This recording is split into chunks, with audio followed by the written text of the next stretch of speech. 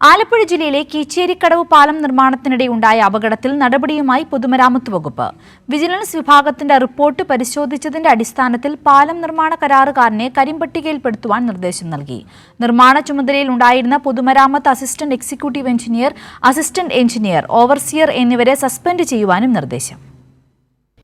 മാവേലിക്കരയിൽ നിർമ്മാണത്തിലിരുന്ന കീച്ചേരിക്കടവ് പാലം തകർന്നു വീണ് രണ്ടുപേരുടെ മരണത്തിനിടയാക്കിയ സംഭവത്തിൽ പൊതുമരാമത്ത് മന്ത്രി മുഹമ്മദ് റിയാസ് നടപടി സ്വീകരിച്ചു.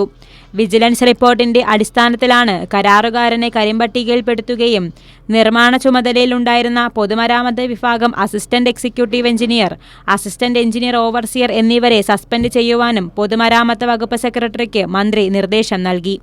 ഉത്തരവാദിത്തപ്പെട്ട ഉദ്യോഗസ്ഥർ നിർമ്മാണ സമയത്ത് കാര്യമായ രീതിയിൽ പരിശോധന നടത്തിയില്ല എന്നുള്ളതാണ് വിജിലൻസ് റിപ്പോർട്ടിൽ പറയുന്നത്.